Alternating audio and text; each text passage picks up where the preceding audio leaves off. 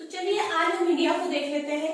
India को बहुत अच्छे से करना जरूरी है, इसीलिए मैंने इसे अलग सेक्शन में लिया है।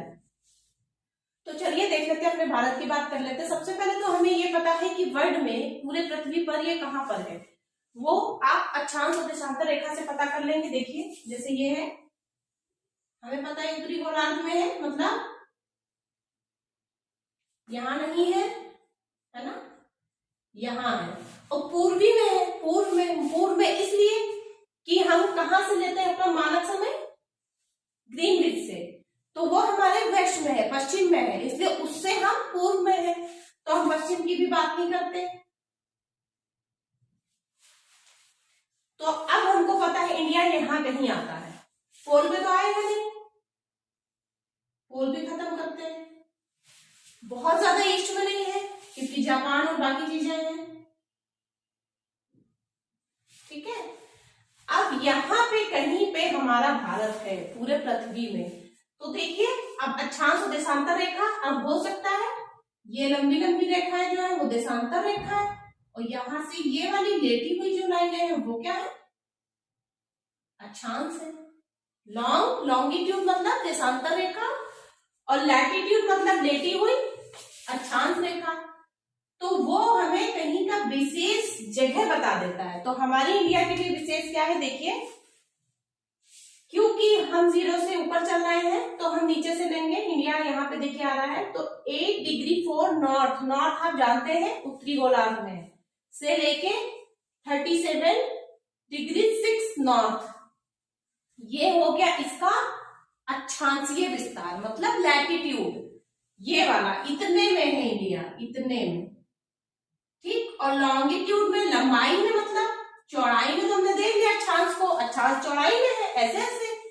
अब लंबाई में हम देख लेते हैं, मतलब लॉन्गिट्यूड में। तो लॉन्गिट्यूड में हमारा इंडिया देखिए यहाँ सबसे ज्यादा वेस्ट पॉइंट कौन सा है, ये दिख रहा है कच्छ का रण, ठीक है।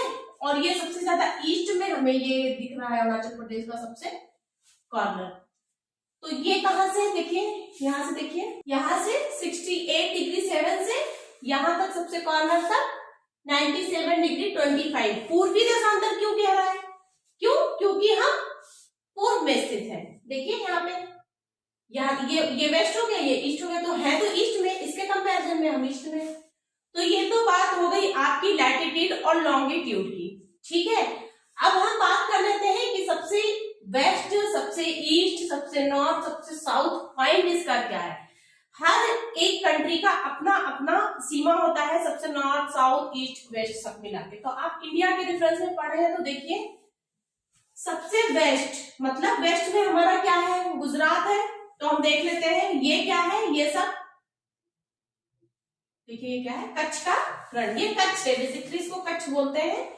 और यहाँ पे जो सॉल्ट प्लेन है मतलब ये नमक लवण झीलें हैं, इनको क्या कहा जाता है, क्रीक। ये सफेद मरुस्थल के नाम से, सफेद अब व्हाइट से कोल्ड मत समझ लीजिएगा, ये नमक को कह रहा है सफेद, ठीक है, इसको सफेद मरुस्थल भी कहते हैं। तो इसका सबसे वेस्ट पॉइंट कौन सा है, गोहर माता या सर क्रीक। सर क्रीक से पाकिस्तान की जो सीमा है वो है, जो कि दलदलीय क्षेत्र में है, ठीक है। गुजरात के बारे में और हम क्या जानते हैं, गुजरात के बारे में जानते हैं कि सबसे लंबी तट रेखा है इसकी।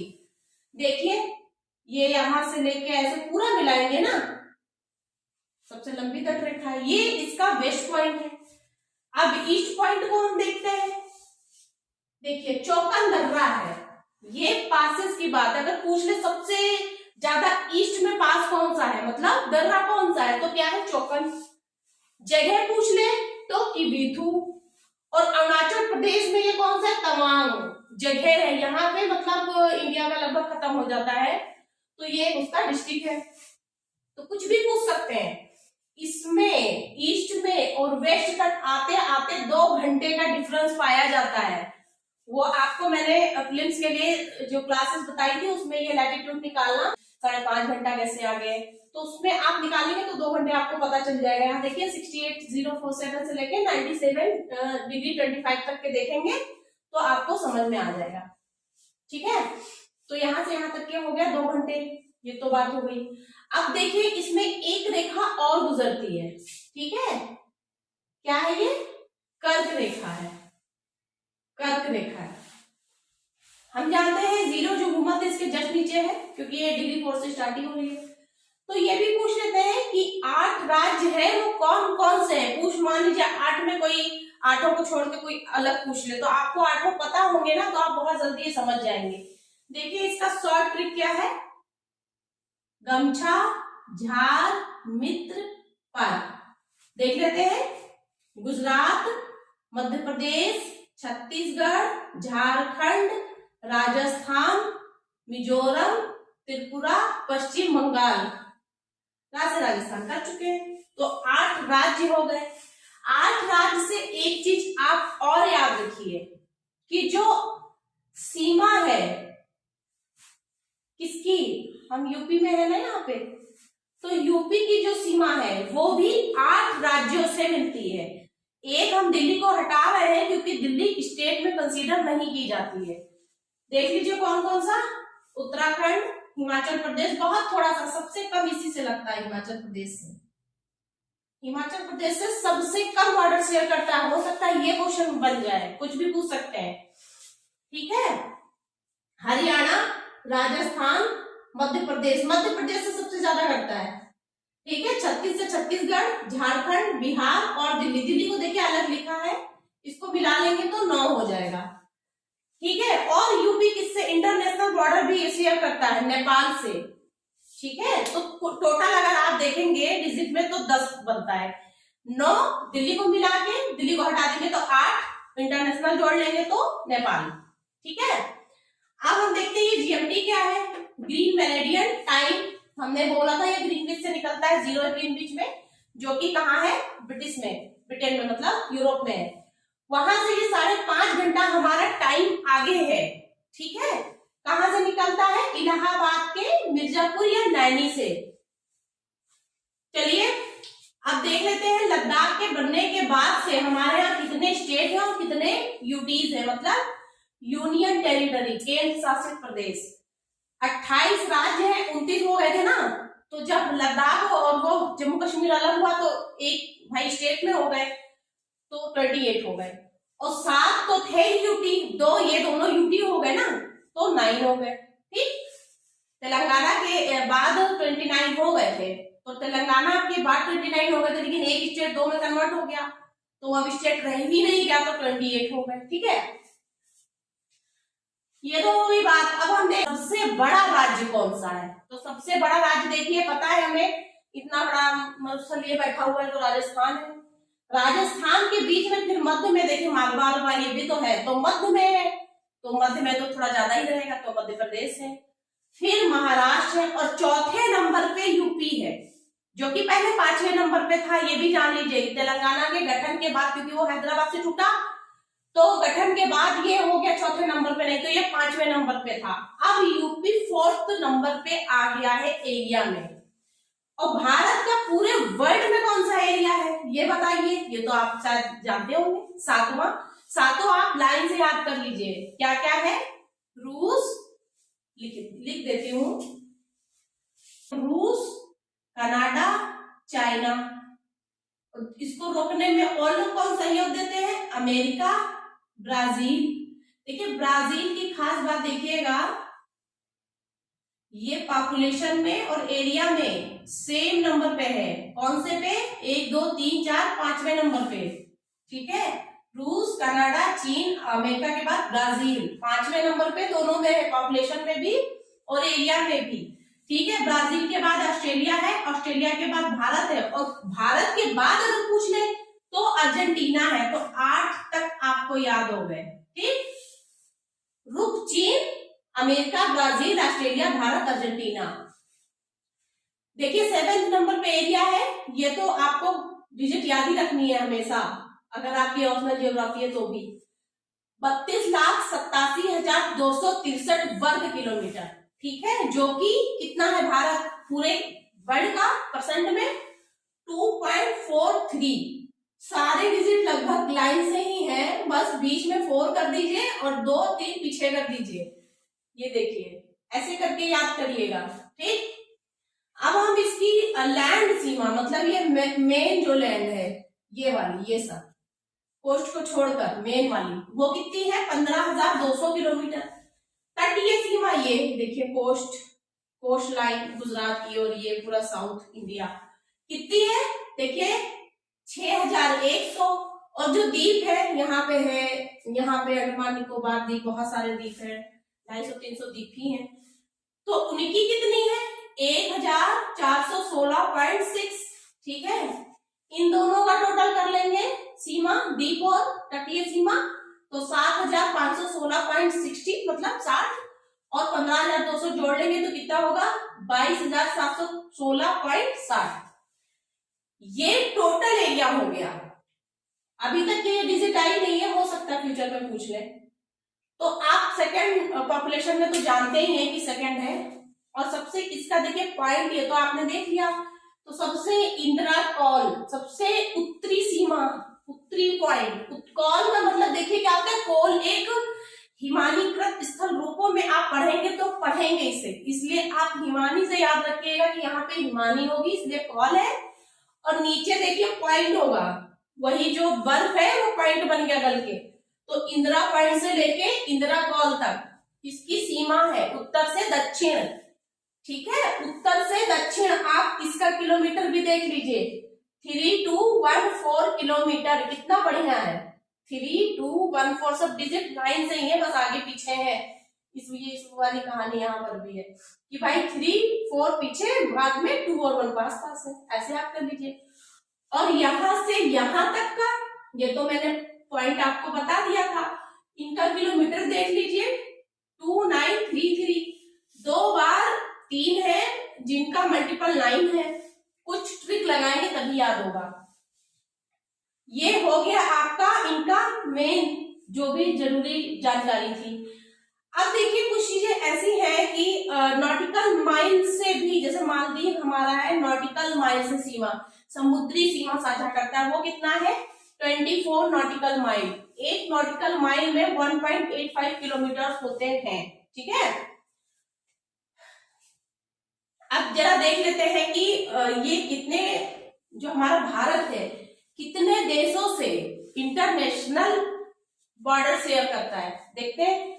तो इसका एक ट्रिक है, बचपन में एमबीए किया, बचपन में क्या किया एमबीए, बचपन में एमबीए कर लिया। ठीक है, तो बा से बांग्लादेश, चा से चीन, पा से पाकिस्तान, ना से नेपाल, एमबीए म्यांमार, भूटान, अफगानिस्तान। ये देखिए लाइन से इसलिए है कि सबसे ज्यादा बॉर्डर कौन किससे शेयर कर रहा है, तो सबसे ज्यादा बांग्लादेश कर रहा है, कितना 4096.7, फिर चाइना 3488, फिर पाकिस्तान 3323 किलोमीटर, सबसे कम अफगानिस्तान करता है, और एक ही बॉर्डर इसका स्टेट मिलता है, वो है जम्मू कश्मीर, जो कि आप देखिए इधर लद्दाख भी है, ये जम्मू कश्मीर है लेकिन ये अलग हो गया है, तो इसे नहीं देखेंगे क्योंकि ये लद्दाख है, तो इधर से मिलता है जम्मू कश्मीर। अब हम देख लेते हैं नंबर 1 पे, देखिए जैसे बांग्लादेश है, तो बांग्लादेश की कौन कौन सी सीमा, अगर आपको मैप अच्छे से याद है ना, तो ये चीज याद, मैप अच्छे से बना लिया है तो ये चीज तो बिल्कुल याद करने की जरूरत नहीं पड़ेगी, क्योंकि आपको सब अच्छे से पता चल जाएगा। देख लीजिए बांग्लादेश से हमें पता है, बांग्लादेश में सबसे ज्यादा माइग्रेशन कहाँ से है, वेस्ट मतलब वेस्ट बंगाल में सबसे ज्यादा है, वहां से आए बांग्लादेशी। हम लोग भी देखते हैं अपने आसपास बांग्लादेशी बहुत इजीली दिख जाते हैं, वहीं से आए हैं। असम में आपने अभी बहुत सारी एनआरसी वगैरह पे बहुत बवाल मचा हुआ था कि बांग्लादेशी बहुत ज्यादा है, तो बहुत पहले से रिकॉर्ड के समय से ये चीज आ रही है, तो ये दोनों तो बहुत ही कॉमन है याद करने के लिए। ठीक है, अब आप देखिए ये क्या है, ये है त्रिपुरा। ठीक, तो त्रिपुरा बांग्लादेश से नहीं मिल रहा है, सीधा मिल रहा है ना। और ये क्या है मेघालय, ये नहीं मिल रहा है, सीधे ये भी मिल रहा है ना। और ये देखिए यहाँ पे मिजोरम, तो ये सारी सीमा तो ऑटोमेटिक आप पहचान लेंगे। ठीक, अब देखते हैं चीन से बताइए क्या होगा।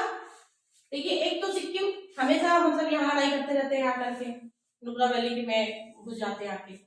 अरुणाचल प्रदेश तवांग के पास तक के इनकी अभी है, ये तब बहुत लड़ाई, और लिपू लेक और अभी वो हुआ था लिपिया धुरा के बीच में, तो वो कहाँ है? उत्तराखंड में। हिमाचल प्रदेश में लाहौल स्पीति और ये सब जाते हैं वहां, तो वो हो गया, उत्तराखंड हो गया, जम्मू कश्मीर हमें पता ही है। तो ऐसे दिमाग में करिए कि क्या चीज हो सकती है। अब हम बात करते हैं पाकिस्तान की, तो पाकिस्तान की देखिए, पाकिस्तान की आप खुद सोचिए, हम ऐसे देख के नहीं बताते, ऐसे बताते। देखिए पाकिस्तान कहाँ पे है? पाकिस्तान ये आपका, ये टोटल पाकिस्तानी है, ठीक है। तो आपको दिख रहा होगा यहाँ तक जा रहे हैं, तो पंजाब से, पंजाब क्या अभी पंजाब है। राजस्थान में जैसलमेर में बहुत सारी मूवी वगैरह आपने देखी होगी, तो वहां पे लोग पेट्रोलिंग करते रहते हैं। गुजरात है, ये सब ठीक मैंने बताया है ना। पंजाब हो गया, इधर से आ जाइए, जम्मू कश्मीर हो गया, फिर पंजाब हो गया, हरियाणा तो अलग कट जा रहा है, नहीं आता है। जम्मू कश्मीर, पंजाब, राजस्थान, गुजरात, हाँ बस इतने ही हैं। देखिए फिर चौथे नंबर पे नेपाल। नेपाल से देखिए, नेपाल से क्या है ना कि सिक्किम, ये नेपाल है, देखिए ये यहाँ पे ये नेपाल है। अगर ये नेपाल है तो आप अच्छे से समझ रहे हैं कि वेस्ट बंगाल वाले भी आ जाएंगे, यहाँ पे बॉर्डर है ही है, और ये सिक्किम की बॉर्डर है ही है। हम उत्तराखंड में है ही है, यहाँ से देखिए यूपी बिहार का भी मैच करता है, यूपी बिहार, बिहार से भी और यूपी से भी, और यहाँ तो है ही है उत्तराखंड, तो खैर ठीक है। तो इतना तो आप जान गए। अब देखते हैं म्यांमार से। म्यांमार से जैसे वो मारने जा रहा है कोई, तो कौन मारने जा रहा है? मिजोरम से आया हुआ एक लड़का है जिसका नाम अरुण है, ठीक है। अरुण नाग को मारने जा रहा है, वो भी कौन सा नाग? जिसके मणि है, ठीक है, ऐसे याद करिए। बाकी मैंने पहले ही बोला है, आप मैपिंग करेंगे तो चीजें इतनी कठिन नहीं लगेंगी। तो क्या है, देखिए कैसे याद करिए। मिजोरम से, मिजोरम यहाँ पे है। अब आप देखिए किसी की देख रहे हैं, आप म्यांमार की देख रहे हैं, ये पूरा म्यांमार ही तो है, ये पूरा आप देखेंगे तो म्यांमार ही है। तो इसकी पूरी लाइन ले लीजिए, ये पूरी कहां से देखिए, अरुणाचल प्रदेश से लेके यहाँ तक के नागालैंड, ये मिजोरम, ये मणिपुर, सब तो टोटल तो है। चलिए अब हम इसका क्षेत्रीय विस्तार देख लेते हैं, कहाँ कहाँ तक है। भौतिक विभाजन से बोलते हैं। देखिए सबसे पहले तो ऊपरी भाग देखिए क्या है, पूरा हम जानते हैं हिमालयाज है, यहाँ से लेके यहाँ तक अराकानियोमा तक, तो ये तो एक पूरा पार्ट हो गया जिसको कहते हैं हम पर्वतीय भाग, ठीक है। अब हम दूसरा देख लेते हैं पेनिनसुलर इंडिया, मतलब पेनिनसुला, ये दक्षिणी भाग, दक्षिण भारत की बात कर रहे हैं। सबसे ओल्ड यही है और सबसे पहले यही बना भी था, तो हम सबसे पहले यहीं से स्टार्ट करते हैं। धीरे धीरे आप यहाँ तक आएंगे, सारी चीजें समझ जाएंगे। अगर ये सारी चीजें, इसके भौतिक विभाजन आपने देख लिया अच्छे से, तो सारी चीजें आपकी कवर हो जाएंगी A to Z। तो ये प्रायद्वीपीय भारत, देखिए प्रायद्वीपीय भाग सेकंड नंबर पे। तीसरे नंबर पे हम देख रहे हैं प्लेन दिख रहे हैं, इसको हम क्या कहते हैं? द ग्रेट प्लेन, जो कि वर्ल्ड में सबसे बड़ा प्लेन है। ये इन दोनों के बीच में है, किसके? पर्वतीय भाग और प्रायद्वीपीय भाग के बीच का है। चौथा देखिए, चौथा क्या है? कोस्ट है, क्योंकि कोस्ट एरिया भी अच्छी खासी है। यहाँ से ये देखिए, यहाँ से लेके ये और द्वीप के पास भी कोस्ट होता है, तो द्वीप और कोस्ट को एक में कंसीडर कर लिया है। कहीं कहीं भौतिक विभाजन पढ़ने में अलग से इसका डेजर्ट का भी दिखा देते हैं, ये वाला, लेकिन फिलहाल ये मैदान में है और ये उसका जलवायु कारण की वजह से है, इसलिए उसको भौतिक विभाजन में नहीं रखा गया है। तो आप चार से अच्छे से अगर इस चीज को देखें तो याद हो जाएगा। ऊपर क्या है? पर्वतीय भाग, ये क्या है? पेनिनसुला इंडिया, ये यहाँ पे क्या है? प्लेट्यू का है सब कुछ, यहाँ पे माउंटेन है, यहाँ पे प्लेट्यूज है, ये प्लेन है, कोस्ट लाइन है। तो ये तो हो गया इसका विभाजन 4।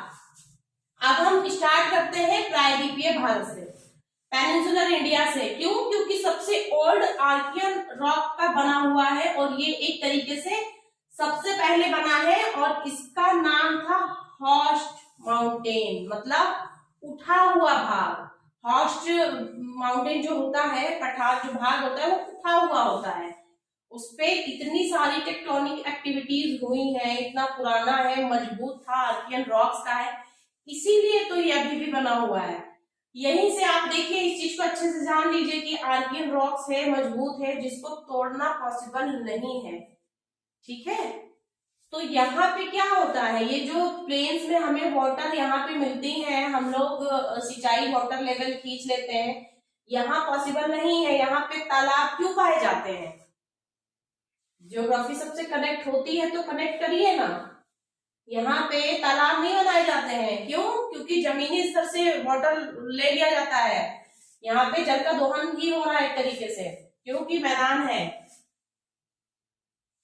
इसकी रॉक्स क्या है, सॉफ्ट है, तोड़ी जा सकती है, बोरिंग नीचे तक की जा सकती है। इसमें तोड़ते तोड़ते मर जाएंगे लेकिन टूटेगी नहीं। तो कहाँ से बोरिंग बना लेंगे, कहाँ से सीवर वगैरह जो हम लोग समरसेबल लगा लेते, कैसे लगा सकते? नहीं लगा सकते। इसीलिए तालाब बनाते हैं, तालाब में स्टोर करके रखते हैं। और सबसे खास बात है, तालाब बना लेंगे तो यहाँ तो तालाब बनाएंगे तो पानी नीचे सोख जाएगा ना, जमीन पूरी सोख लेगी। इसमें पर्कुलेशन नहीं होता है।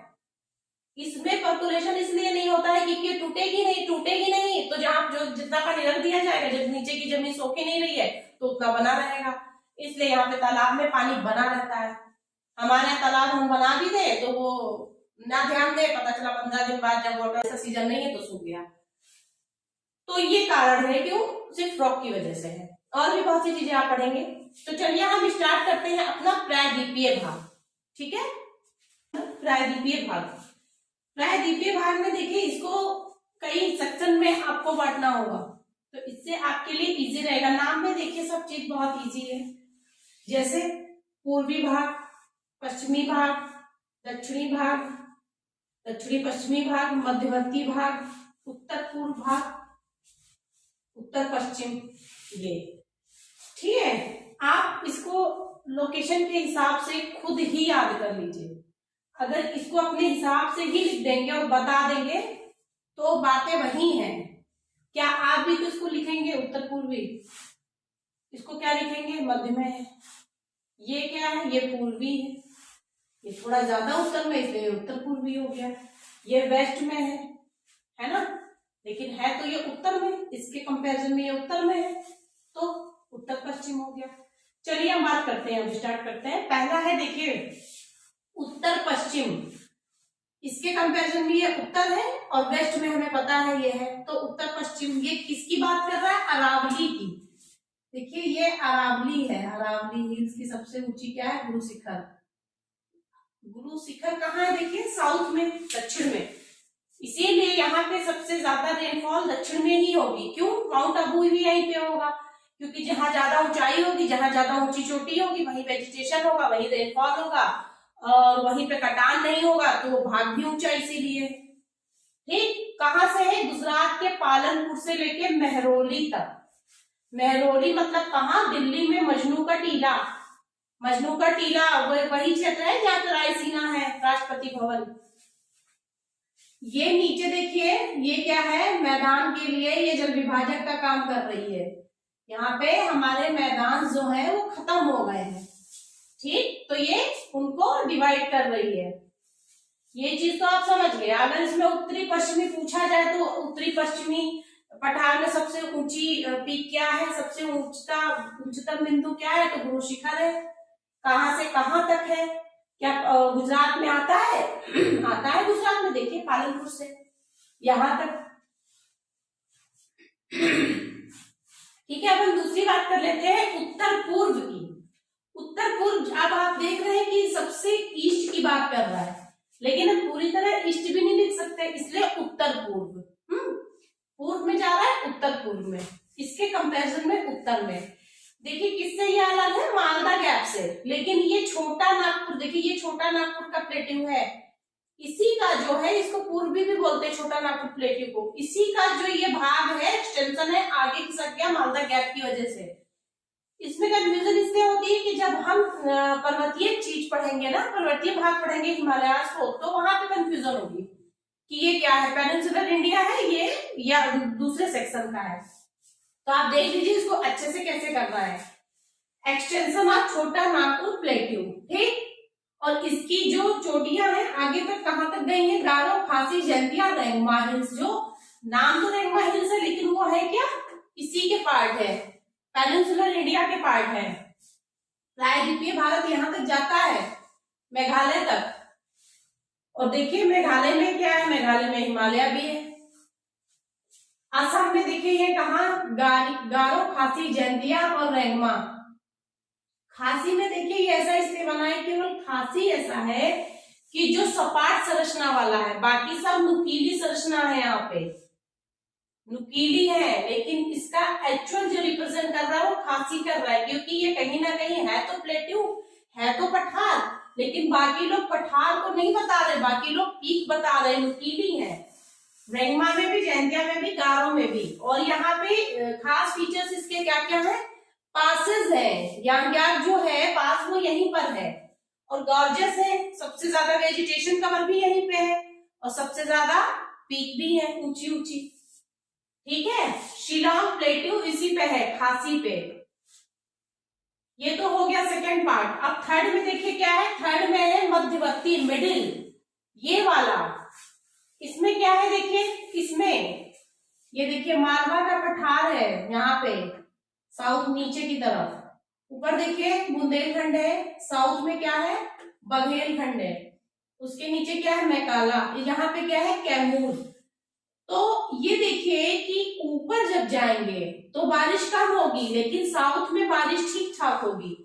तो बघेलखंड में ज्यादा बारिश होगी इन कंपैरिजन ऑफ बुंदेलखंड। ठीक है, ये खास फीचर यहाँ पे देखिए क्या है, मेसा और बूटे। जो मालवा का पठार है ना, यहाँ पे लावा, मैग्मा जो है, मैग्मा इरप्शन हुआ था, लावा से कवर है, तो जो मोटे मोटे पार्ट है कवर है लावा से, उसको क्या कहते हैं मेसा, और जो छोटे छोटे हैं उसको कहते हैं बूटे। ठीक है, और ये रीजुवेटेड एरिया है, मतलब पुनर्युग्मन। जब आप जियोमॉर्फोलॉजी पढ़ेंगे तो उसमें पुनर्युग्मन भी एक टॉपिक है। आप यहां से देखिए इसका क्या मतलब होता है, जब कोई नदी यंग एज से निकलकर मेच्योर में पहुंच जाती है तो मेच्योर वाला काम दिखाती, वृद्धावस्था की, कटान वटान नहीं करती है, विसर्प नहीं बनाती, गौज नहीं बनाती, वो मेच्योर होने के बाद अब क्या होती है, बूढ़ी होती है। लेकिन यहीं पर अचानक यंग एज आ जाए रिवर की, मतलब वाटरफॉल बना दे, गॉर्जेस बना दे, तो उसको क्या कहते हैं पुनर्युग्मन। रिवर जो है वो रीजेनुएट हो गई है, तो यहाँ पे आपको वाटरफॉल्स मिलते हैं। ठीक है, इसीलिए कहा गया है। मालवा से देखिए कौन कौन सी नदियां निकलती हैं, केर निकल जाती है उत्तर की तरफ, ऊपर जाती है, चंबल और बेतवा वेस्ट साइड में निकलती हैं। इसके साउथ में देखिए मिडिल, मध्यवर्ती पठार के सबसे दक्षिणतम भाग क्या है, विंध्यान रेंज, जिसको हम लोग स्कैर्प लैंड के नाम से जानते हैं। ये एक पेनी प्लेन को बहुत अच्छा रिप्रेजेंट करता है। पेनी प्लेन क्या होता है, पेनी प्लेन वह क्षेत्र होता है जो इरोजन के द्वारा कट फट के प्लेन बन गया हो। अब हम बात करते हैं पूर्वी पठारी भाग की। देखिए ये क्या है पूर्वी पठारी भाग, ये छोटा नागपुर प्लेट्यू है, और इसमें बहुत सारे सेक्शन है इसके, ये सेक्शन फिर सब सेक्शन, उसके अंदर भी सेक्शन। ठीक है, तो इसके देखिए हजारीबाग, जो हजारीबाग पठार हम प्लेट्यू पढ़ते हैं वो इसी में है। उसकी सबसे ऊंची चोटी पारसनाथ है, यहाँ से कोगाली, कोनार और बराकर नदियां निकलती हैं। ट्रॉपिक ऑफ कैंसर के बीच में ये स्थित है। यहाँ की फेमस जगह क्या है, कोडरमा, जो कि अब्रक के लिए फेमस है। ठीक है,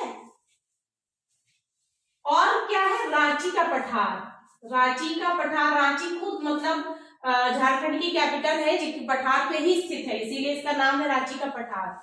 ठीक, राजमहल हिल्स, राजमहल हिल्स ये कहाँ पे है, ये नॉर्थ ईस्ट पार्ट है इसका, नॉर्थ ईस्ट उत्तरी पूर्वी भाग, तीनों तरफ से इसके प्लेन है। और यहाँ की फेमस जगह क्या है, फेमस जगह यहाँ की है रानीगंज, जो कि कोयले के लिए फेमस है। इसका 10% भाग झारखंड में और 90% भाग कहाँ पे जाता है, वेस्ट बंगाल में। ठीक है, यहीं से साउथ कोयल रिवर निकलती है। अब हम रामगढ़ हिल्स की बात कर लेते हैं। रामगढ़ हिल्स कहाँ है, साउथ वेस्ट में, साउथ इसी में बात हो रही है, साउथ वेस्ट में। यहां देखिए साउथ ये हो गया, वेस्ट ये हो गया, ऐसे। अब इसका ज्यादा आगे का देखेंगे। सबसे ईस्टर्न पार्ट क्या है, सबसे ईस्टर्न पार्ट है साउथ ईस्ट, सबसे नीचे यहाँ पे आ जाइएगा। ये एरिया एक्चुअली यहाँ तक आ जाता है, उड़ीसा तक। गडजात हिल्स जो है ना वो उड़ीसा में ही है। और ये कोयले के, ये पूरा एरिया ही आप ईस्टर्न जो भी आप पार्ट देख रहे हैं, ये कोयले में बहुत ज्यादा विपुल भंडार है यहाँ पे। यहाँ तो क्या है ना, यहाँ पर भी थे लेकिन अब यहाँ पे लावा इरप्शन की वजह से वो दब चुके हैं, और यहाँ लावा इरप्शन हुआ नहीं तो कोल क्या है, दिख रहे हैं। तो गडजात हिल्स में भी डिपॉजिट्स हैं। अब आप देख लीजिए पांचवा क्या है, वेस्टर्न भाग। वेस्टर्न पार्ट क्या है, यहाँ पे है। ये कौन सा क्षेत्र है, देखिए महाराष्ट्र का। यहाँ पे लावा कवर, इसीलिए यहाँ पे वो गोंडवाना की रॉक्स नहीं, मतलब कोयला नहीं दिखता है यहाँ पे। ठीक, दक्षिणी देखिए, दक्षिणी यहाँ पे है, दक्षिणी पश्चिमी ये है। अच्छा, आप जब पढ़ते होंगे तो सोचते होंगे अरे ये तो हिल्स है यहाँ पे इतनी ऊंची ऊंची।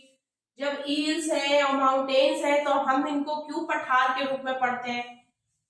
सही सोच रहे हैं आप कि ये पठार के रूप में हम क्यों पढ़ते हैं, है तो हाँ सही बात है। लेकिन पठार पे भी घर्षण क्रिया, फॉल्ट हुआ और ऊंचा उठ गया। फॉल्ट देखिए, फॉल्ट कई तरीके से होते हैं।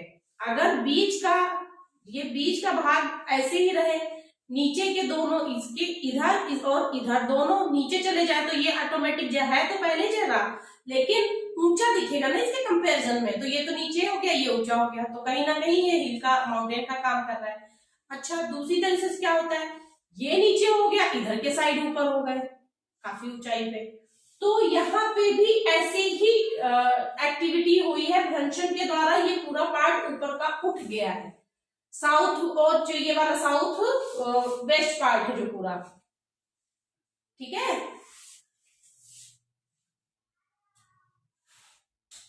ये साउथ वेस्ट है, ये पूरा केरल तक है। यहाँ पे केरल का ये पूरा पार्ट है। केरल कुछ तमिलनाडु में भी जाता है। तो मालाबार हिल्स, अन्नामलाई हिल्स, अगस्तामलाई, इलायची पहाड़ियां, कार्डमम हिल्स, ये सब आप इन नामों से जानते हैं, वो यही पार्ट है, दक्षिणी पश्चिमी भाग में ही है। अनाईमुडी इसकी सबसे ऊंची हिल है। अनाईमुडी इसकी सबसे ऊंची हिल है, जो दक्षिण भारत की ही सबसे ऊंची हिल है। ठीक है, चलिए ये आपने पढ़ लिया। उसके बाद जब हम आपको बताएंगे हिल्स के बारे में तो सेपरेट ये अलग वीडियो होगा, यहाँ पे सारे हिल्स आप अच्छे से पढ़ लेंगे। अगर इसी में सब चीज इतना बता देंगे तो बहुत कंफ्यूजन हो जाएगी। आप बस ये पठार, जब भी मान लीजिए ये मेंस में भी पूछा जाता है, सेकंड पेपर में जब भारत का भूगोल पढ़ते हैं उसमें भी पढ़ेंगे, तो ये चीज आप यहाँ से कर लीजिए। ठीक है, मिलते हैं नेक्स्ट वीडियो में। Thank you.